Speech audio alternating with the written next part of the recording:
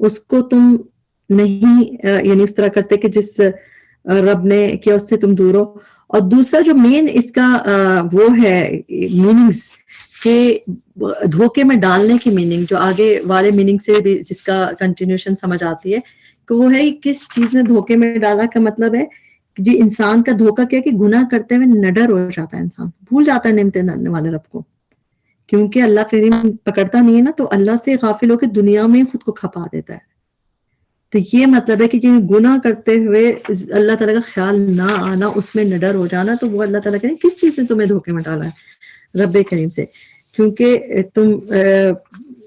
ہم لوگ نارملی تو کام کرتے ہوئے یہ تو سوچتے کہ لوگ کیا کہیں گے, مگر ہم یہ نہیں سوچتے کہ اللہ تعالیٰ کیا سوچے گا.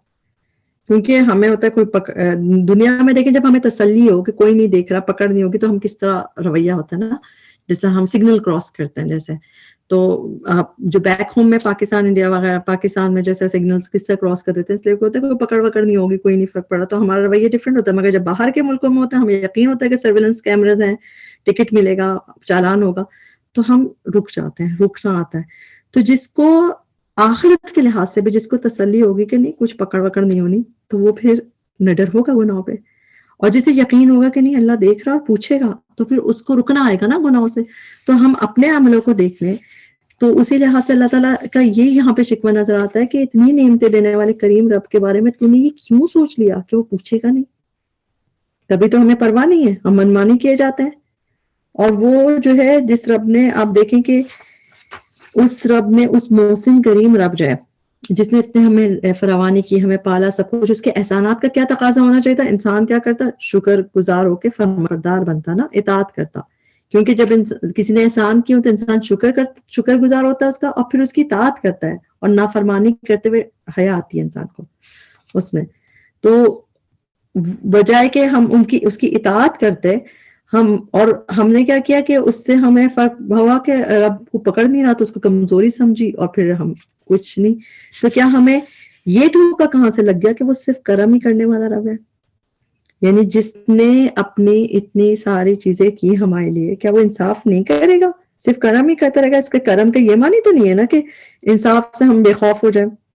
ہم جب دنیا میں کسی کو بہت فیسیلیٹیشن دیں, کسی کے ساتھ اچھا کریں, اپنے ماتحت سے ماسی نوکر یا بچوں کے ساتھ ہی ہم کر دیتے ہیں بہت اچھا, اور پھر وہ ہماری نافرمانی دھڑلے سے کریں, تو کیا ہم یہ کہتے ہیں نا کہ تم نے میری نرم دلی کا تم نے فائدہ اٹھایا, میں تمہارے سے اتنا اچھا کیا اور تم میری سے چڑھ گئے, کرتے ہیں نا. تو ہم بھی اللہ تعالیٰ کے ساتھ ایسے کرتے ہیں کہ اتنا کریم رب ہے, اور ہم اس کے ساتھ کیا کرتے ہیں, اور اللہ تعالیٰ نے اپنا آگے کیا تعارف کرواتے ہیں کہ کون سا رب کریم ہے, الذی خلقک فسواک فعدلک فی ای صورت ما شاء رکبک. یہ دونوں آیتیں ایک ساتھ ہی ہم دیکھیں گے اس کو, کہ الذی وہ رب کریم جس نے نمبر 1 پیدا کیا تجھے, نمبر 2 فسواک پھر اس نے درست کیا تجھے, فعدلک اور پھر اس نے برابر کیا تجھے, یعنی اور نہیں ہے اس میں, لیکن پھر اس نے یہ کیا, پھر اس نے یہ کیا. تو اس میں 3 اس کی جو وہ ہے جس طرح سٹیجز, سب سے پہلے پیدا کیا, پہلا احسان اللہ تعالیٰ کہہ رہے ہیں جس نے تجھے پیدا کیا, کریٹ کیا, کہ انسان کا جو جان پڑنا ہوتا ہے خلق, تو وہ ابتدائی مرحلہ ہے, وہ کس نے کیا, اللہ تعالیٰ نے کیا. اور پیدا کرنے کا سبب دنیا میں کس کو, ماں کو بنایا, کہ ماں کے ذریعے انسان دنیا میں آتا ہے. اور وجود انسان کا خود بتا رہا ہے کہ وہ خود نہیں بن گیا, اللہ نے اس کو پیدا کیا ہے. اور پھر اس کے بعد صرف پیدا ہی نہیں کیا, کریٹ کیا پہلے, پھر فسوا کا, پھر اس نے درست کیا تجھے. سوا مسوی تسویہ جو ہوتا ہے, اس کے مطلب ہوتے ہیں نوک پلک سوارنا, جیسے کسی چیز کو برابر کرنا, فنشڈ کرنا, جیسے سوا. تو اللہ تعالیٰ کہہ رہے ہیں کہ ہم نے تمہارا تسویہ کیا, یعنی کہ ہموار, اسموتھ کرنا, پستی اور بلندی کو برابر کر دینا, یعنی کہ کوئی چیز اوپر نیچے ہو اس کو بالکل اسموتھ کر دینا. جیسے دیکھیں ہمارے جسم میں کتنے مختلف اونچی نیچی ہڈیاں ہیں, ہمارا اسکیلیٹن جو ہے, ادھر سے اوپر کی بونز ہیں گردن کی, پھر بازو کی, تو جو ہمارا اسکیلیٹن ہے اس کے اوپر اللہ تعالیٰ نے گوشت چڑھایا, پھر اس پہ اسکن چڑھا دی. اگر یہ اس طرح ہمیں کتنا اسموتھ سا جسم نظر آتا ہے نا, اگر یہ نہیں مسورا ہو تو بالکل غیر ہموار جسم نظر آئے, ہڈیوں کا ڈھانچہ. جس سے جو بچے نیو بورن جلدی بورن ہو جاتے ہیں, ان کے چہرے پہ اتنی آپ کو دیکھ کے وہ, کیونکہ اس وقت تک فنیشنگ پوری نہیں ہوتی, تو اس کا چہرہ ڈفرنٹ سا لگتا ہے. یہاں پہ جو بہت ہم دیکھتے ہیں میل نیوٹریشن لوگ ہوتے ہیں اس میں بھی اس طرح. تو وہ اللہ تعالیٰ نے کس طرح بنایا, اور پھر سارے اعضاء جو بنائے, سارے سسٹمز ہمارے اندر بنائے اور سب اپنی جگہ سب سسٹمز ہمارے اندر ہی اللہ تعالیٰ بنا دیتے ہیں. کون سا ہمارا کھانے پینے کا سسٹم, ہمارا جو بلڈ جس میں بہ رہا ہے, جو ہمارا نروس سسٹم ہے دماغ کا, ہمارے ایئر نوز تھروٹ, ہمارے کس طرح ہم لوگ سانس لیتے ہیں, کس طرح ہم ایکسکریشن کرتے ہیں, باہر نکالتے ہیں چیزیں, سارے اللہ تعالیٰ نے سسٹمز بنائے. تو فسواکا میں یہ آ جاتا ہے کہ پورے فنش جو کیا اور نوک پلک سواری. پھر فعدلک, پھر اس نے برابر کیا تجھے.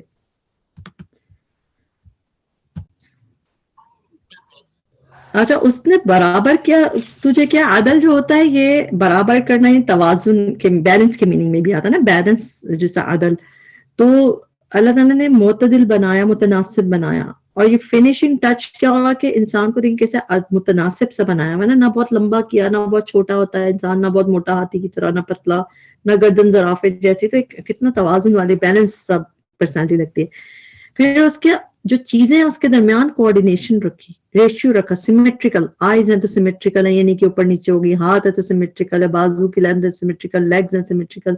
تو سب چیز سے کس طرح, کان ہے سیمیٹریکل الحمدہ, تو کس طرح اللہ تعالیٰ نے ایک بیلنس سب چیزیں رکھی نا, سیمیٹریکل رکھی. پھر ایک اور چیز کے ظاہری بیلنس کے لیے ہمارے اللہ تعالیٰ نے کیا رکھا, ہمارے اندر سسٹم رکھے, ہمارا نروس یعنی کہ ہمارا دماغ اور ہمارے کانوں میں سسٹم رکھا کہ جس کی وجہ سے ہم بیلنس ہمارا قائم رہتا ہے, ہم کھڑے ہو سکتے ہیں, چل سکتے ہیں. تو یہ والا بیلنس بھی اللہ نے سسٹم بنایا ہمارے اندر. اس کے علاوہ باطنی بیلنس کا سسٹم بھی بنایا ہمارے اندر. کون سا؟ اللہ تعالیٰ نے ہمارے اندر اچھائی برائی کا سینس دیا ہے. ہمیں سب کو پتا ہے کہ اچھا کیا ہے برا کیا ہے. اللہ نے اندر ہی فَأَلْهَمَهَا فُجُورَهَا وَتَقْوَاهَا کہ اللہ تعالیٰ نے اندر ہی اس کو امبیڈڈ کر دیا ہے اس چیز کو. تو یہ سارا اللہ تعالیٰ کہہ رہے ہیں فَعَدَلَكَ, ہم نے تمہیں توازن بھی تمہارا برقرار رکھا, بالکل بیلنس کا بھی خیال رکھا ہے. فی ای صورت ما شاء رکبک, جس صورت میں اس نے چاہا, یعنی کہ اللہ تعالیٰ نے چاہا, اس نے جوڑ دیا تجھ کو اس نے یعنی اللہ تعالیٰ نے جوڑ دیا. تو اس میں بھی دیکھیں جس صورت میں چاہا, کبھی ماں باپ سے ملتا ہوتا ہے بچہ, کبھی ماں سے زیادہ, کبھی باپ سے, کبھی دونوں سے نہیں ملتا, کبھی کبھار ایسا ہوتا ہے کہ کسی اور کی سے ہی ملتا ہو جاتا ہے پرانی نسلوں میں سے. اور تو اللہ تعالیٰ نے ایک تو جیسی چاہی صورت اللہ نے بنائی. اور رکبک جو لفظ ہے اس میں را کا با روٹ ورڈ ہوتا ہے, رکبہ یرکبو, ترکیب جیسے ہوتی ہے کہ ایک کے بعد ایک چیز. تو اللہ تعالیٰ کہہ رہے ہیں اس نے کس طرح تمہیں جوڑ دیا. یہ لفظ ہوتا ہے ایک چیز کا دوسری چیز پہ چڑھ کے بیٹھنا, یعنی جوڑنا کسی چیز کو, جیسے لیگوز ہوتے ہیں نا بلاکس, اس طرح ایک کے پر ایک اس طرح چیز. تو اللہ تعالیٰ نے کیسے جوڑ دیا تجھے. اگر ہم دیکھیں ہماری ریڑھ کی ہڈی, ہماری پسلیاں, ہمارا اسپائنل کارڈ, تو کس طرح اس کو جوڑ کے پھر اس پہ گوشت چڑھا کے کس طرح کا انسان کو ایک ترکیب سے جوڑا اللہ تعالیٰ نے. جیسا ہم لوگ کھانا جب بناتے ہیں ترکیب سے بناتے ہیں نا, تو ہم کیا کرتے ہیں ڈفرینٹ انگریڈینٹس ملاتے ہیں اور ایک نئی چیز بنا لیتے ہیں. خاص ترکیب سے سالن بنا لیتے ہیں, ٹماٹر پیاز وغیرہ ملا کے سالن بنا دیا. تو انسان کو بھی اللہ تعالیٰ نے کئی چیزیں ملا کے بنا دیا. اور انسان خاص بات یہ کہ انسان کو اپنے جسم کے اجزاء کا بھی پتا ہے, ہمیں پتا ہے کیا کیا انگریڈینٹ ہے, مگر انسان ایک سیل تک نہیں بنا سکتا. اور انسان جو ہے اس کو انگریڈینٹ پتا ہے مگر پھر بھی وہ کسی کو بنا نہیں سکتا, وہ اللہ ہی کا کام ہے صرف بنانا. اسی طرح دیکھیں ہر شخص ڈفرینٹ ہے دنیا میں, ہر انسان کی شکل ڈفرینٹ, ہڈیوں کے جوڑنے کے انداز سے, مسل کے فرق سے اللہ تعالیٰ نے شکلوں کی چینج نظر آ جاتی ہیں. آنکھیں سوچے 2 آنکھ, وہی ناک اور لپس, سب کی شکلیں ڈفرینٹ ہیں. اسکلز جو ہیں, کھوپڑی, اس کے آئیز کی گھڑے سب کے ایک جیسے ہوتے ہیں, لیکن باہر سے آئیز کی شیپ کتنی ڈفرینٹ ہے. سبحان اللہ, یہ اللہ ہی ہے جو ایسی چیز بنا سکتا ہے. اور آپ یہ دیکھیں کہ اللہ تعالیٰ نے کس چیز, یہاں پہ اللہ تعالیٰ بتا رہے ہیں نا کہ اللہ اپنی کاریگری کا ذکر کریں, کس چیز سے کیا بنا کے کھڑا کر دیا, کتنی اچھی شکل دی. اور انسان کی تخلیق جو ہے نا بیسٹ طریقے پہ بھی سب سے بیسٹ ہے, یعنی کہ اس کو پیدا کیا اللہ تعالیٰ. قرآن میں کہتے ہیں کرمنا بنی آدم, ہم نے تکریم دی یعنی عزت دی بنی آدم کو. پھر ایک جگہ کہتے ہیں لقد خلقنا الانسان فی احسن تقویم, اس کو بیسٹ کریشن پہ پیدا کیا. تو اللہ تعالیٰ نے انسان کو موضوع مناسب اور ذہنی صلاحیت میں بھی سب سے زبردست بنایا, شکل و صورت میں بھی. ساری جتنی کریشن ہے نا ان سب سے بہترین ساخت انسانوں کی ہے.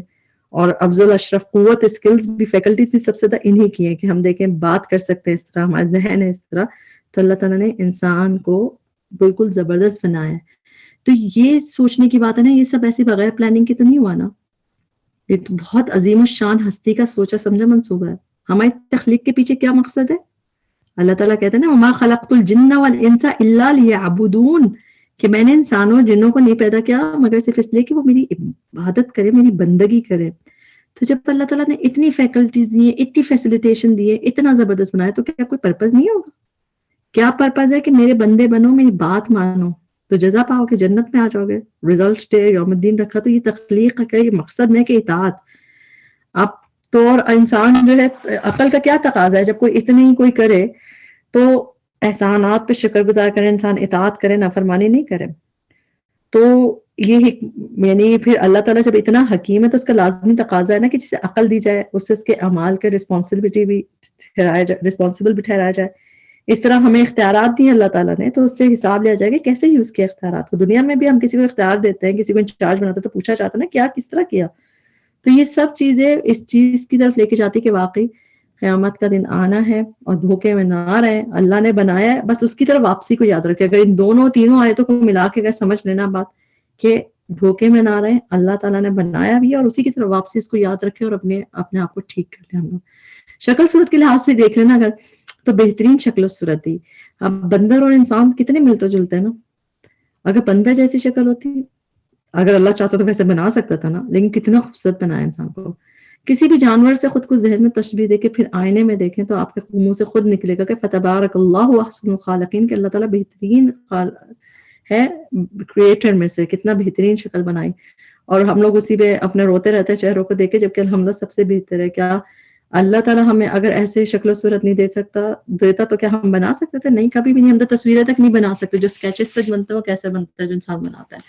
تو یہاں پہ ان دونوں ان آیتوں میں آیت نمبر 8 تک اللہ تعالیٰ نے اپنے اس کا ذکر کیا کہ تم اس رب سے تم کیسے دھوکے میں ہو جو تمہارا رب کریم ہے، جس نے تمہیں پورا پیدا کیا اور کتنے اچھے طریقے سے پیدا کیا، تمہیں پالا، کس طرح ترکیب تمہیں دیا پورا، کیسی اللہ کی شان ہے، پھر بھی تم اسی سے ڈیلیوشن میں ہو. اور اس کے بعد ہی فوراً آیت نمبر 9 میں اللہ تعالیٰ کہتے ہیں کلا بل تکذبون بالدین، ہرگز نہیں بلکہ تم جھٹلاتے ہو بدلے کے دن کو. یہاں پہ اللہ تعالیٰ نے کہا کہ اور کوئی ریزن نہیں ہے، نتھنگ ایلس. اصل مسئلہ جو تمہاری بنیادی وجہ ہے نا کہ تم جزا سزا کے دن کو جھٹلاتے ہو، کوئی رزلٹ ہے ہی نہیں، تمہیں اللہ سے ملاقات کا یقین نہیں ہے، جواب دہی کا. تو سمجھے تمہارے گناہوں پہ نڈر ہونے کی وجہ، تمہارے غفلت کی وجہ کیا ہے؟ یہی وجہ ہے کہ تم اس کو دن کو جھٹلاتے ہو، کہ تمہیں نہیں لگتا کہ تمہیں مقصد کے ساتھ بھیجا گیا، پوچھو گی نہیں. اور اسی غلط بے بنیاد گمان نہیں کہ کوئی پوچھ پاچھ نہیں ہوگی، کوئی ڈے ہے ہی نہیں، اس وجہ سے پھر انسان اللہ سے دور ہو جاتا ہے، غافل ہو جاتا ہے، اللہ کے احکامات کو امپورٹنس نہیں دیتا اور نافرمانی کرتا ہے.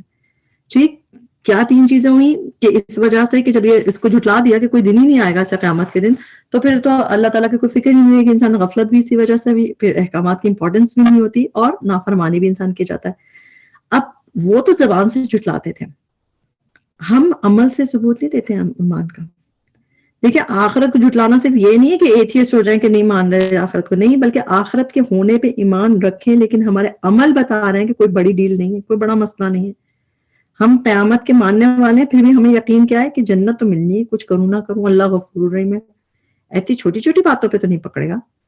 یہ کہ ہم قیامت کی ساری سنگینی کو زیرو کر دیتے ہیں، زیرو، کہ وہاں تو سب اچھا ہوگا. اور اگر سب اچھا ہوگا تو پھر تو آخرت کا مقصد ہی نہیں ہوا نا، اس دن کی اہمیت ختم کر دی. تبھی ہمارے عمل اس طرح نہیں ہے. اور اسی یقین کو دلانے کے لیے تو اللہ تعالیٰ صورتوں میں بار بار قیامت کا تذکرہ کر رہے ہیں کہ اگر ہمیں یقین ہو تو کیا ہم اس طرح ہو سکتے کہ ہم اللہ کے احکام کو ایسے پیچھے ڈالتے ہیں، دنیا کے فائدوں کے لیے ایسے گناہ کرتے پھریں. تو آج ہمارا واقعی مسئلہ یہی ہے جو اللہ کہہ رہے ہیں نا کلا بل تکذبون بالدین، تم جھٹلاتے ہو جزا سزا کے دن کو. ہم آخرت کا تذکرہ زبانوں پہ تو رہ گیا، بس جی بڑا ڈر لگتا ہے اللہ معاف ہی کر دے، لیکن ہمارا یقین نہیں ہے. ورنہ بڑے گناہ تو چھوڑیں، ہم چھوٹے گناہ کرنا بھی ہم سے مشکل ہو جائے. کیا ہمیں خیال آتا ہے کہ اس عمل کا اللہ کو کیا جواب دوں گی؟ ہمیں یا تو قیامت بہت دور نظر آتی ہے، یا پھر جنت کا ہمیں پکا پتا ہے کہ ہمیں جنت ملنے والی ہے، تبھی اطمینان ہے اور ہمارے اس طرح کے ہیں. تو اللہ تعالیٰ نے وجہ بتا دی کہ تم ہرگز بلکہ تم جھٹلاتے ہو بدلے کے دن کو. وَإِنَّ عَلَيْكُمْ لَحَافِظِينَ، اور بے شک تم پہ یقیناً نگران ہیں، کرامن کاتبین، جو معزز لکھنے والے ہیں، یعلمون ما تفعلون، وہ جانتے ہیں جو کچھ تم کرتے ہو. تو آیت نمبر 10 سے 12 تک اس میں اللہ تعالیٰ نے بتا دیا کہ تم پر جو ہے یقیناً نگران ہیں، گارڈینز ہیں. اور گارڈین کون؟ یہ فرشتے ہیں، اور یہ ویسے بھی ہماری حفاظت کرتے ہیں، مختلف نقصانات سے بچاتے ہیں ہمیں. اور ہمارے اعمال کی بھی حفاظت کرتے ہیں، یعنی ہر عمل کو لکھ لیتے ہیں، یہ جو حفظ جیسے اس میں لکھ لیتے ہیں اس کو اپنے جو بھی ان کے پاس لکھنے کے لیے جاتے ہیں، اب تو کیا کیا نہیں ایپس ہم یوز کر لیتے ہیں، تو ان کے پاس تو کیا کیا گیجٹس نہیں ہوں گے، تو وہ سب کچھ لکھا جاتا ہے. اور ہم جو بھی کرتے ہیں وہ کرامن کاتبین جو معزز لکھنے والے ہیں، جو فرشتے جو ہیں آنریبل بھی ہیں اور لکھنے والے ہیں، اور وہ سب جانتے ہیں جو کچھ تم کرتے ہو. تو فرشتے ہمارے عمل بھی لکھتے ہیں، ہمارے قول بھی لکھ لیتے ہیں، جو دیکھتے سنتے ہیں وہ لکھتے جاتے ہیں. آتی ہے نا آیت قرآن میں ما یلفظ من قول الا لدیہ رقیب عتید، کہ انسان کے کوئی لفظ نہیں منہ سے نکلتا مگر اس کے پاس اس کو لکھنے والے موجود ہوتے ہیں، اور اس کو سب چیزیں لکھی جائیں. تو ہمارے اعمال نامہ میں ہمارے فعل بھی آتے ہیں، ہمارے قول بھی آتے ہیں، اور ہمارے ارادے نیتیں بھی آتی ہیں کہ ہمارے دل میں کیا ہے. اچھا اللہ تعالیٰ خود ہی دیکھیں، اللہ تعالیٰ کا ریکارڈنگ سسٹم سب سے بڑا تو وہ خود ہی علیم ہے، خبیر ہے، بصیر ہے، سب کچھ تو وہی دیکھ رہا ہے. پھر اللہ تعالیٰ نے ریکارڈنگ سسٹمز لگا دیے، 24/7 ہماری سرویلنس ہو رہی ہے. کیوں؟ اللہ کو تو پتہ ہے سب کچھ، مگر ہمارے سامنے حجت کے لیے، کہ تاکہ پروف ایویڈنس شو کرنے کے لیے. دنیا میں اللہ تعالیٰ نے ایسے نہیں چھوڑ دیا، بلکہ پورا کیمرہ سسٹم رکھا، کرامن کاتبین جو نوبل ہیں، نگران مقرر کیے کہ وہ ایز اٹ از سارے اچھے برے اعمال ریکارڈ کر رہے ہیں، اور ان سے کچھ چھپا ہوا نہیں ہے. اور یہ کریم بھی ہیں، مطلب معزز بھی ہیں، اپنی انسانی ویکنس سے پاک ہیں، کسی سے گرج نہیں رکھتے، جو جیسا ہوتا ہے وہی لکھتے ہیں. اور یعلمون ما تفعلون، وہ جانتے ہیں جو تم کرتے ہو. دیکھیں دنیا میں CID ہے، FBI ایجنسیز ہوتی ہیں، یا آج فیس بک کی بہت بڑی ایجنسی بن گئی ہے، اس میں آرٹیفیشل ایجنسیز ہے، کس طرح کے ایڈز آنے لگتے ہیں، سب کچھ ہوتا ہے، ہم دیکھتے ہیں. تو ان سے کتنی چیزیں ہمیں ہماری چیزیں پتہ ہوتی ہیں، سب کچھ ریکارڈ ہو رہا ہے، لیکن دنیا کی ایجنسی سے بھی چھپی رہ جاتی ہیں چیزیں. لیکن فرشتوں کی انٹیلیجنس وہ ہر جگہ ہر حال میں ہر شخص کے ساتھ اس طرح لگے ہوئے ہیں کہ اسے یہ پتہ بھی نہیں چلتا کہ کوئی اس کو واچ کر رہا ہے، ریکارڈنگ کر رہا ہے. تو فرشتے جو ہے سب لکھ رہے ہیں، اور وہ ذات کیوں لکھ رہے ہیں؟ کیونکہ آگے اس کا جواب بھی آگے آ گیا آیت نمبر 13 سے، کہ انہی فرشتوں کے جو کرامن کاتبین جو لکھ رہے ہیں، اسی کی بیس پہ 2 کیٹیگریز بنیں گی. کون سی؟ ان الابرار لفی نعیم و ان الفجار لفی جحیم، کہ بے شک نیک لوگ یقیناً نعمتوں میں ہوں گے، و ان الفجار، اور بے شک بدکار لوگ یقیناً جہنم میں ہوں گے. یہ فرشتے جو لکھ رہے ہیں ایسے نہیں لکھ رہے ہیں ذات کہ اس کا مطلب اس سے آگے کیٹیگریز جو بنیں گی ان کے لکھے ہوئے سے اور اللہ کے فیصلے سے، تو اس میں ابرار ہوں گے. ابرار کون سے؟ نیک لوگ جنہوں نے آخرت کے لیے اچھے عمل کیے، وہ نعیم میں ہوں گے، نعمتوں میں ہوں گے، نعمتیں بھری جنتوں میں ہوں گے، دنیا میں بھی ان کے لیے آسانی ہوگی اور آخرت میں بھی. اور جو فجار ہوں گے، بدکار لوگ جو اپنے خواہش نفس کو کنٹرول نہیں کر سکے، فاجر تھے، تو وہ جہنم میں ہوں گے، یقیناً جہنم میں ہوں گے. اللہم اجرنا من النار. یصلونہا یوم الدین، وہ جلیں گے اس میں دن بدلے کے. کس میں؟ جہنم میں اس دن جلنے کے لیے داخل ہوں گے، قیامت بدلے کے جزا، یوم جزا، جب یہ دن آئے گا یوم الدین، اس دن وہ داخل ہوں گے اس میں جلنے بھلنے کے لیے. یصلونہا جو ہے یہ لفظ یوز ہوتا ہے کسی یعنی خالی سمپلی انٹر ہونے کے لیے نہیں ہوتا، بلکہ روسٹ ہونے کے لیے انٹر ہونا، یعنی کہ جلنے بھلنے کے لیے انسا. تو یہ جہنم کے لیے اکثر آتا ہے یصلونہا لفظ، تسلا نارن حامیہ، اس طرح نظر آتا ہے. اور اس کے بعد اللہ تعالیٰ کہہ رہے ہیں کہ وَمَا هُمْ عَنْهَا بِغَائِبِينَ، اور نہیں وہ اس سے، جہنم سے، بغائبین، کبھی غائب ہونے والے. پھر وہ ایبسنٹ نہیں ہو سکیں گے، غائب نہیں ہو سکیں گے. دنیا میں کچھ پسند نہیں آیا انسان ایبسنٹ ہو جاتا ہے، بریک لے لیتا ہے، اس سے کوئی بریک نہیں ہوگا، وہ پھر ہمیشہ ہمیشہ کی تکلیف ہوگی. اللہ تعالیٰ ہمیں ان لوگوں اس طرح ہمارے عمل سے بچائے کہ ہم ان لوگوں میں شامل ہوں، اس چیز سے اللہ تعالیٰ ہماری حفاظت فرمائے.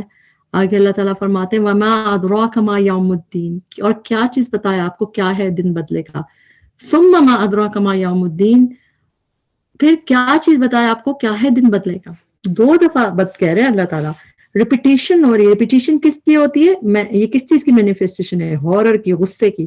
جیسے ہم بھی کسی بچے کو ڈانٹتے ہیں، ہم کہتے ہیں کہ میں نے کہا نہیں تھا، میں نے 2 دفعہ کہتے ہیں. کس لیے؟ ایک تاکید میں انٹینسٹی ہوتی ہے کہ بہت سیریس اہمیت کے لیے کہتے ہیں نا اسے. تو آج انسانیت کی اکثریت غافل ہے. تو اللہ تعالیٰ یہاں پہ کہہ رہے ہیں تمہیں پتہ ہی نہیں کہ وہ کیا سخت ہے نا، تمہیں کلو بھی نہیں، تم امیجن نہیں کر سکتے، تمہارے پاس کوئی کلو نہیں ہے. اور جتنا بھی بتا دیا جائے کہ آسمان پھٹ جائے گا، ستارے ایسے ہوں گے، سمندر، پہاڑ، پھر بھی تم جان نہیں سکتے کہ وہ ہے کیا دن. تو اس لیے 2 دفعہ اللہ تعالیٰ کہہ رہے ہیں کہ کیا چیز آپ کو تو کلو بھی نہیں ہے کہ وہ دن کیا، اس کی سختی کیا ہے. جتنا بھی بتا دیا جائے کم ہے. ہاں آیت نمبر 19 میں اللہ کہتے ہیں یوم لا تملک نفس لنفس شیئا، جس دن نہ مالک ہوگا کوئی نفس کسی نفس کے لیے کچھ بھی. یعنی پوری کیفیت تو نہیں سمجھ سکتے، لیکن یہ جان لو، کان کھول کے سن لو کہ جس دن کوئی کسی کی کام نہیں آئے گا، کسی کے کوئی مالک کسی چیز کے لیے بھی اتھارٹی نہیں ہوگی کسی کے پاس، کیونکہ نفساً نفسی ہوگی، سب ایک دوسرے سے بھاگیں گے. ہم نے سورہ بقرہ میں بھی پڑھا تھا نا، سب ایک دوسرے سے بھاگ رہے گے، تو کسی کو دوسرے کو بچانے کا کیا ہوش ہوگا؟ کیا بچائے گا کوئی کسی کو؟ اور کسی کے پاس اتھارٹی اختیار بھی نہیں ہوگا کہ بچا سکے. اور کس کے پاس ہوگا؟ والامر یومئذ للہ، حکم اتھارٹی اس دن اللہ ہی کا ہوگا، یعنی ساری اتھارٹی سارا حکم اللہ کا ہوگا اور کوئی کسی کے کام نہیں آئے گا. تو یہاں پہ اللہ تعالیٰ کہہ شیئن، کچھ بھی کوئی کسی کے کام نہیں آئے گا. تو کوئی ماں بچے کو نہیں بچا سکتی، کوئی باپ، دیکھیں نوح علیہ السلام اپنے بیٹے کو نہیں بچا سکیں گے، بیوی کو نہیں بچا سکیں گے، ابراہیم علیہ السلام والد کو نہیں بچا سکیں گے. تو کوئی شیئن، کچھ بھی کسی کے لیے مالک نہیں ہوگا. کسی کی وہاں طاقت نہیں ہوگی کہ کسی شخص کو اس کے اعمال کے نتائج بھگتنے سے بچا سکے. کوئی ایسا باثر زور آوا یا اللہ کا چہیتا نہیں ہوگا جو کہے گا کہ اچھا رہنے دیں اس کو میری وجہ سے چھوڑ دیں، اڑ جائے کہ فلاں کو بخشنا ہوگا، خواہ وہ دنیا میں کتنے برے کام آئے، نہیں کسی نے برا کیا ہوا اس کی سفارش نہیں کر سکتے ہیں. دیکھیں شفاعت کا اختیار ہوگا، شفاعت جو ہوگی نا اس کا اختیار اللہ تعالیٰ دیں گے، مگر ایک تو صرف اللہ تعالیٰ جس کو دیں گے، جیسے نبی صلی اللہ علیہ وسلم کو دیں گے، اور جس کے لیے دیں گے اجازت اس کے لیے وہ سفارش کر سکیں گے. جس کے لیے اللہ کا ارادہ ہوگا اس کے لیے شفاعت کرنے والا بھی شفاعت کرے گا، اور وہ بھی بالکل اپروپریٹ بات کرے گا، یعنی ایسے ہی نہیں کر دے گا کہ چلیں ان کو ویسے ہی کر دیں پاس. نہیں، وہ بھی اگر ڈیزرو کرتا ہوگا تو اس کے لیے سفارش ہوگی. تو یہ بہت سنگین معاملہ ہے، ایسا نہیں ہے کہ کوئی بھی کسی کو بچا لے گا، اس دن کوئی کسی کے کام نہیں آئے گا. والامر یومئذ للہ، اس دن بس اختیار صرف اللہ کا ہوگا، کوئی بچا نہیں سکے گا، کوئی کوشش بھی نہیں کر سکے گا، اور کرنا چاہے گا بھی تو پاور نہیں ہوگی اس کے پاس. اچھا شرک یہی تو سائیکالوجی ہے کہ اللہ کے سامنے ڈائریکٹ نہیں بلکہ درمیان میں وسیلہ بناتے ہیں. جیسے کافر ہیں بتوں کو وسیلہ بناتے ہیں کہ ہاں ہم اللہ کو تو مانتے ہیں مگر یہ بت وسیلہ ہے. اس طرح کرسچنز ہیں، وہ جیزس کو کہتے ہیں کہ یہ ہمارا جنت کا ٹکٹ ہے، ہم اس کی وجہ سے جنت میں چل جائیں گے، برج ٹو جنت کہتے ہیں ان کو. اسی طرح مزار والے بزرگ صالحین کو ہم کہتے ہیں جی فلاں پار کروا دیں گے. تو دیکھیں جب کوئی پار نہیں کروائے گا، اس سے سارا فیصلے کا اختیار اسی کے پاس ہے. تو پھر کیوں ہم دوسروں کو سہارا بناتے ہیں کہ فلاں پار لگا دے گا؟ تو راضی بھی کس کو کرنا چاہیے؟ صرف اللہ کو. اللہ تعالیٰ قرآن میں کہتے ہیں سورہ غافر میں لمن الملک اليوم للہ الواحد القہار، یعنی اس دن پوچھا جائے گا کہ کس کے لیے ہے بادشاہت آج، تو کہا جائے گا للہ الواحد القہار، صرف اللہ کے لیے جو ایک اور قہار ہے. تو اپنی اپنی تیاری کریں، کسی پہ بھروسہ کر کے فارغ نہ بیٹھ جائیں کہ فلاں کروا دے گا. تو اس میں تکویر کے آخر میں جس طرح انسان کی اللہ تعالیٰ نے بتائی نا پاور لیسنس، کہ انسان کے اندر پاور نہیں ہے بلکہ ساری اللہ کی پاور ہے. اس میں ہمیں یاد ہے نا آیت ہی سورہ تکویر کے آیت میں وَمَا تَشَاءُونَ إِلَّا أَن يَشَاءَ اللَّهُ رَبُّ الْعَالَمِينَ، کہ تم ہدایت پا بھی نہیں سکتے، چاہ بھی نہیں سکتے اگر اللہ ہی نہیں چاہے تو. تو اس میں بھی انسان کی ایک پاور لیسنس وہ بتائی جا رہی تھی کہ تمہارے اندر اتنی طاقت ہے. اور انفطار کے آخر میں بھی انسان کی پاور لیسنس دکھائی جا رہی ہے کہ کوئی اتھارٹی، کوئی اونرشپ نہیں ہوگی، اور ساری اتھارٹی کس کی ہوگی؟ اللہ کی ہوگی. تو اس کے اینڈ میں ہم بس اسی بات سے کمپلیٹ کریں گے کہ نہیں کسی کا نہیں پتا کہ آج رات بیڈ پہ گزرنی ہے کہ قبر میں، کچھ نہیں پتا. تو اسی لیے ضرور ہم اپنے اعمال کی فکر کریں. اگر ہم اچھا اللہ نے کرنے کی توفیق دی ہے تو استقامت مانگیں، حسن خاتمہ مانگیں ہم اپنے لیے، کیونکہ راستہ بدلتے بدلتے ٹائم نہیں ہے. جب تک کہ اینڈ نہیں ہونا ہمیں نہیں پتا کہاں پہ ہوگا. تو اسی لیے ضرور ہم استقامت اور حسن خاتمہ مانگیں کہ اللہ نے توفیق دی ہے، اور اسی کو ہم کنٹینیو کرتے ہیں. کوئی فخر کرنے کی، ریاکاری کرنے کی ضرورت نہیں، نیکی کے زوم کی ضرورت نہیں. شکر کریں کہ اللہ نے توفیق دی ہے. اور جو نہیں چل رہا ہے اس راستے میں، برائی کے راستے میں، ان کے لیے بھی ٹائم ہے کہ جو کھو گیا ہو گیا. اب مایوس منہ آ جاؤ، جس راستے پہ زندگی بدل لو، کتنا بھی دور چلے گا، اب آ جاؤ. جب تک اینڈ ہے، یعنی جب تک مہلت ٹائم ہے، اپنے آپ کو ہم بدل لیں. اللہ تعالیٰ ہمیں اپنے پسند کے عمل کرنے والا بنائے. اللہ تعالیٰ ہمیں جنت میں جانا ہمارے لیے آسان کرے. ربنا تقبل منا انک انت السمیع العلیم وتب علینا انک انت التواب الرحیم. سبحانک اللہم وبحمدک اشہد ان لا الہ الا انت استغفرک واتوب الیک. السلام علیکم ورحمۃ اللہ وبرکاتہ.